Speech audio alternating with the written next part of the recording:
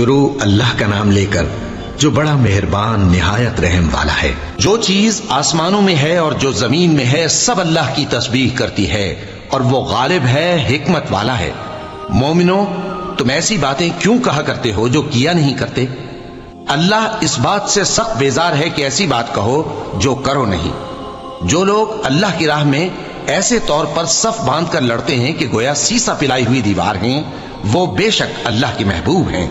اور وہ وقت یاد کرنے کے لائق ہے جب موسیٰ نے اپنی قوم سے کہا تھا کہ بھائیو، تم مجھے کیوں ایذا دیتے ہو حالانکہ تم جانتے ہو کہ میں تمہارے پاس اللہ کا بھیجا ہوا آیا ہوں۔ پھر جب ان لوگوں نے کجروی کی تو اللہ نے بھی ان کے دل ٹیڑھے کر دیے، اور اللہ نافرمانوں کو ہدایت نہیں دیتا۔ اور وہ وقت بھی یاد کرو جب مریم کے بیٹے عیسیٰ نے کہا کہ اے بنی اسرائیل، میں تمہارے پاس اللہ کا بھیجا ہوا آیا ہوں، جو کتاب مجھ سے پہلے آ چکی ہے یعنی تورات، اس کی تصدیق کرتا ہوں، اور ایک پیغمبر جو میرے بعد آئیں گے جن کا نام احمد صلی اللہ علیہ وآلہ وسلم ہوگا، ان کی بشارت سناتا ہوں۔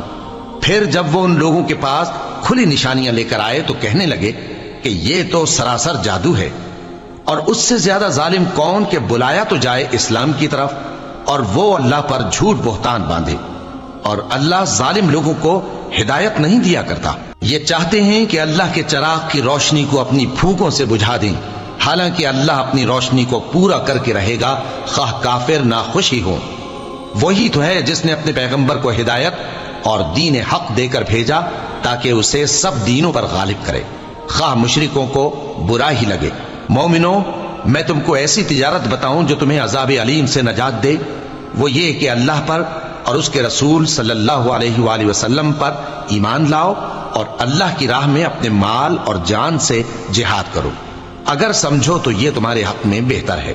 وہ تمہارے گناہ بخش دے گا اور تم کو جنت کے باغوں میں جن کے نیچے نہریں بہ رہی ہیں اور پاکیزہ مکانات میں جو ہمیشہ کی بہشت میں ہیں داخل کرے گا۔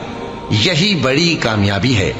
اور ایک اور چیز جس کو تم بہت چاہتے ہو، یعنی تمہیں اللہ کی طرف سے غلبہ نصیب ہوگا اور فتح ان قریب ہوگی، اور مومنوں کو اس کی خوشخبری سنا دو۔